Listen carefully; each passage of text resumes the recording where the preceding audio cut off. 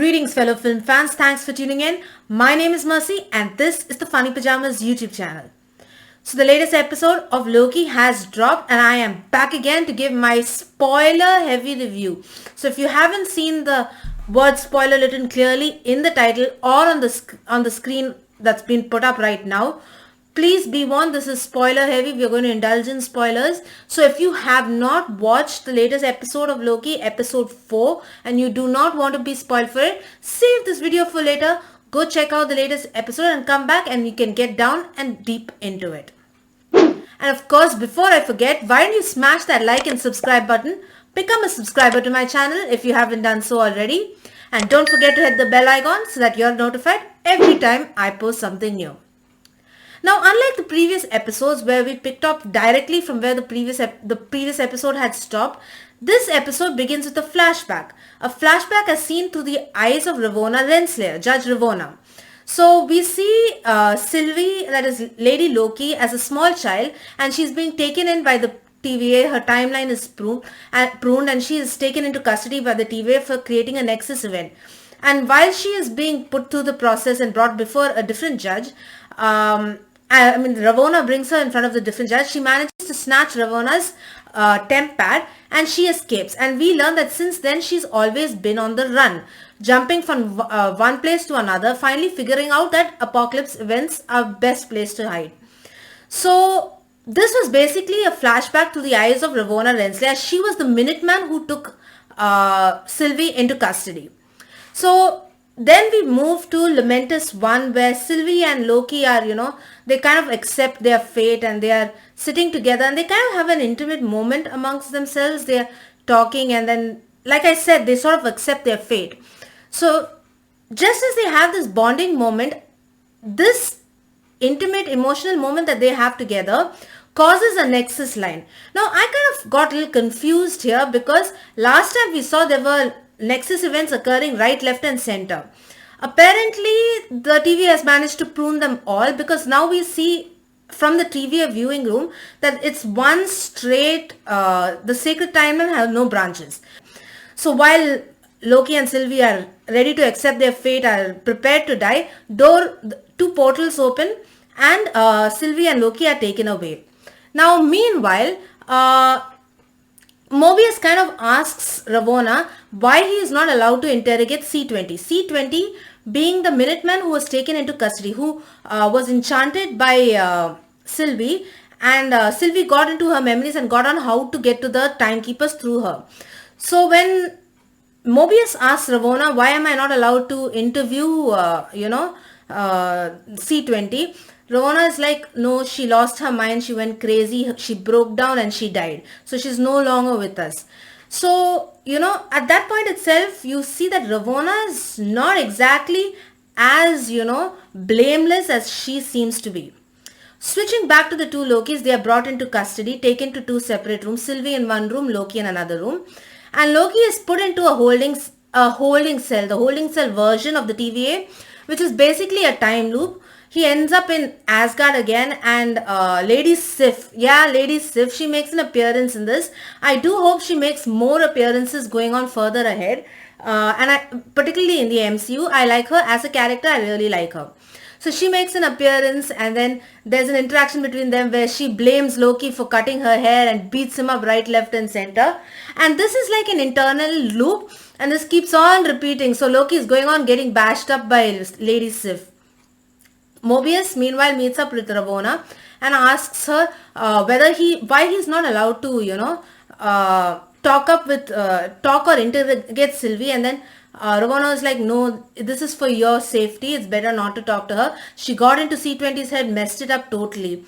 So anyway, Mobius heads back and, he goes to interrogate Loki before pruning him and stuff like that. So he goes over to meet Loki. Loki is brought out.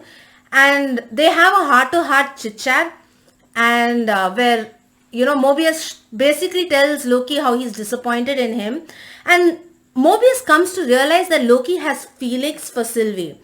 And, he understands that. And he sort of, he tells him it's the height of narcissism, falling for another version of your own self. And, in the beginning, Loki's like, he tries to lie, to turn it and all that. And Mobius also lies to see his and lies and tells him that they killed Sylvie. She does it to see Loki's reaction.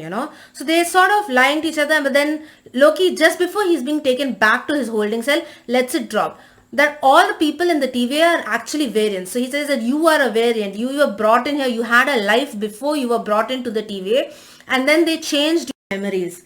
Now, Mobius thinks it's just another joke, but the seed has been planted, and you can see a certain doubt starting to grow in Mobius's mind.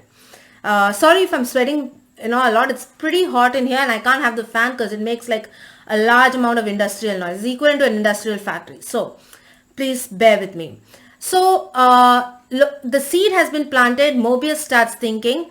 Loki is sent back there. Meanwhile, Hunter B-15. Now she was enchanted by Sylvie in the Foxcart, the general store that they were in, and she is also starting to catch on. She remembers when Sylvie enchanted her, she used her memories, so she knows she has memories, so she's having her doubt also. So she confronts Sylvie, takes Sylvie out of the TVA, back to the Roxcart departmental store outside there, where she confronts her and asks her, I saw something, you showed me something, did you create those memories? And then Sylvie's like, no, I don't create memories. I tap into the memories that are already there and I use them to get the information. So those are your actual memories. You really were a person at one point who was a variant which they brought in and then they brainwashed. So then Hunter B-15 is like, show me my memories. And Sylvie just touches her head and enchants her.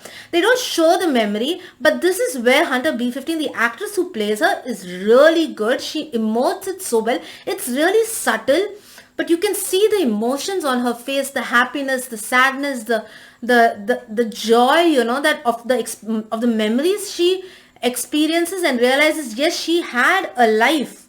And I cannot underscore how well this particular, I don't know her name, I'm sorry, forgive me, but the actress who plays Hunter B-15 emotes herself. Like I said in one of the previous episodes, when they enter the departmental store and when she gets enchanted and her mind is taken over, she acts exactly like Loki. She's really good at emoting, and I do hope for good things for her going ahead. I want to see more of her. So she sees her memories and she realizes that yes, she was a person once who had her own timeline, and she was taken in as she was a variant and taken into the TVA. So meanwhile, Mobius is chatting with Ravonna and they're, exchanging quips here and there. And, Mobius, the seed has already been sown in his head, the seed of doubt. So when Ravonna is looking somewhere else, Mobius swipes her temp pad and exchanges it with his. He takes it and he, just casually walks out. But you can see Ravonna's got some sort of doubt, why is he asking so many questions and stuff like that. So, Mobius sort of walks out. He goes into a secluded area like the library area sort of place. He opens the temp pad and sees C20 saying, I remember my memories. I had a life. I had a life, normal life back on Earth. I was happy before you brought me into the TVA. And then Ravonna Renslayer comes into the screen and then she said, we are stopping this recording.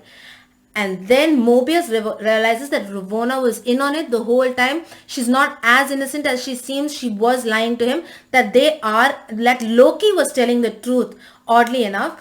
Ironically enough, Loki was telling the truth that they were variants.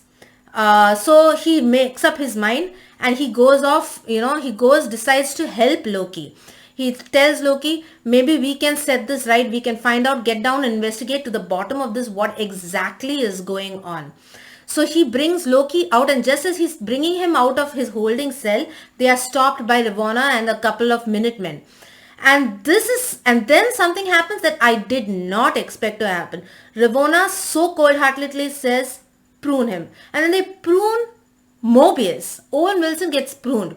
So I did not see that coming anywhere, and Ravonna, if I had any doubt in my mind that Ravonna was not totally in on the whole thing, is almost totally gone. I'm pretty sure she knows the whole deal that's going on and she is evil, So Mobius gets pruned. And the one thing I felt about this scene is, for some reason, they immediately continue with the next line of the story. They don't spend time on his death.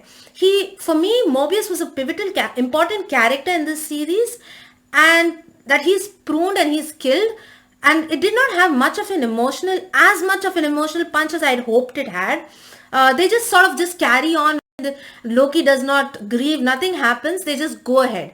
So Sylvie and now Ravonna takes Sylvie and Loki to meet the timekeepers, saying that they will be pruned in front of the timekeepers. So Loki and Sylvie get their wish, they are about to be taken to the timekeepers. So meanwhile, they go to the timekeepers, the door opens, they enter this huge room, and then there's 3 guys standing there.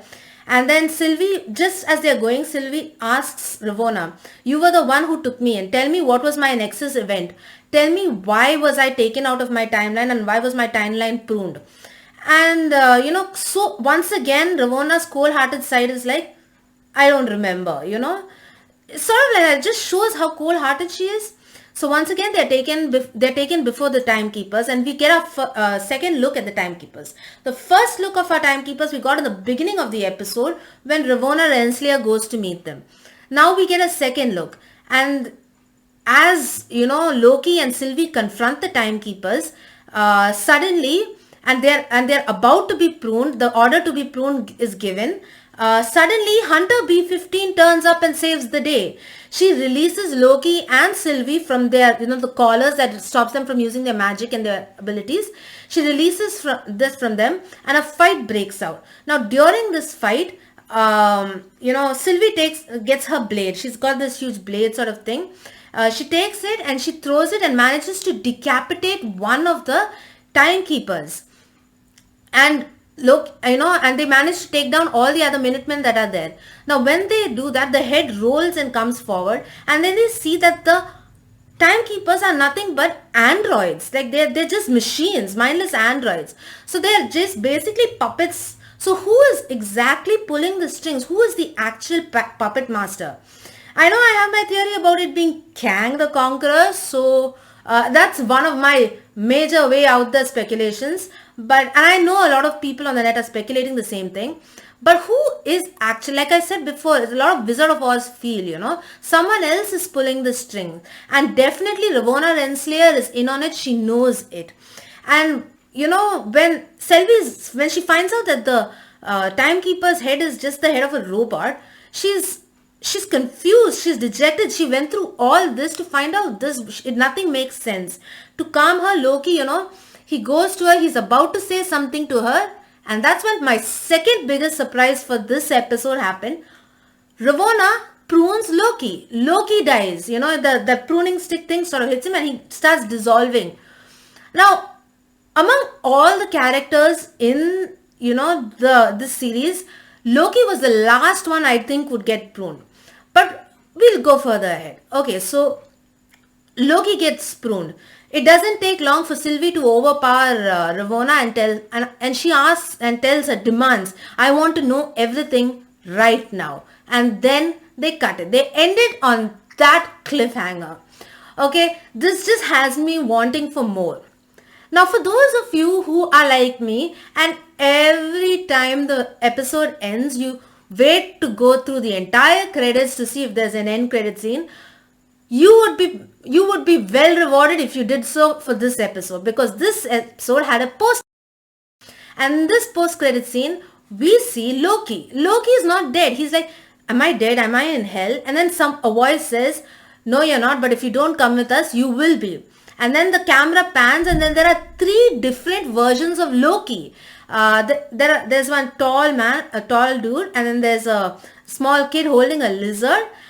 They're all versions of Loki, and there's this really old guy in the typical 60s, Loki outfit. Very reminiscent of similar to the outfit that, similar to the Halloween episode in WandaVision, where Wanda and Vision, where they are, their typical comic booky costumes. So and I believe the actor doing it is Richard E. Grant. So, dressed in that outfit. So, and then they cut. So, now the question comes, when they get pruned, doesn't that mean death? Doesn't that mean they die? So how is Loki ended up in this place? And from the background of it, it looks like you can somewhat see what seems to be this thing, the a destroyed remnant of the destroyed Avengers star. It looks like a destroyed Avengers star.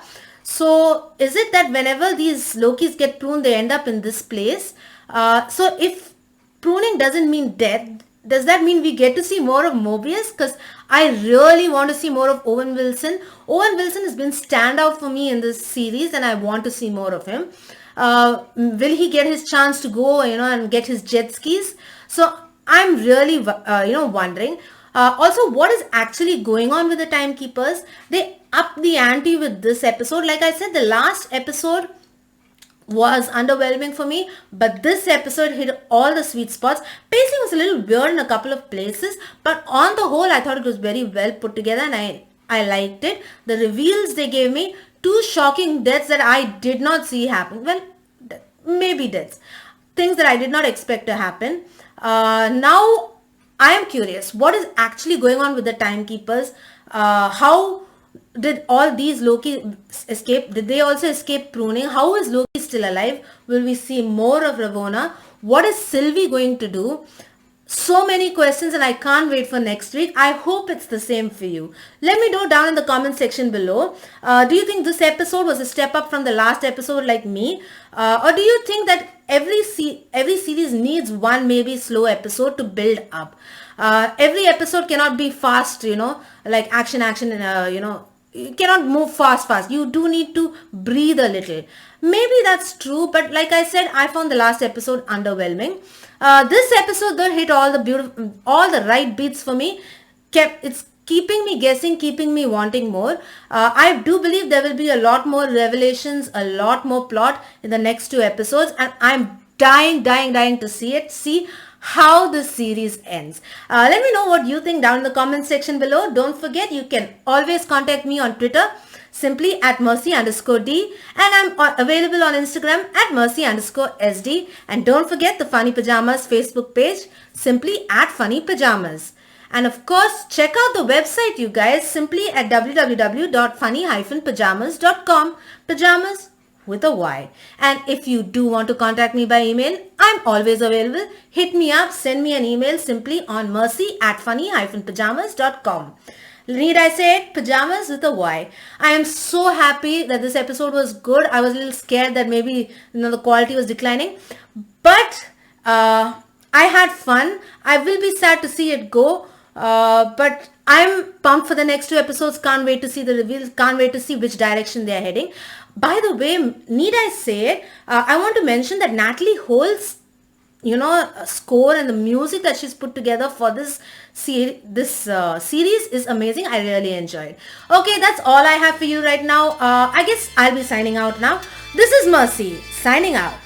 Bye. Have a nice one, everyone. See you next week.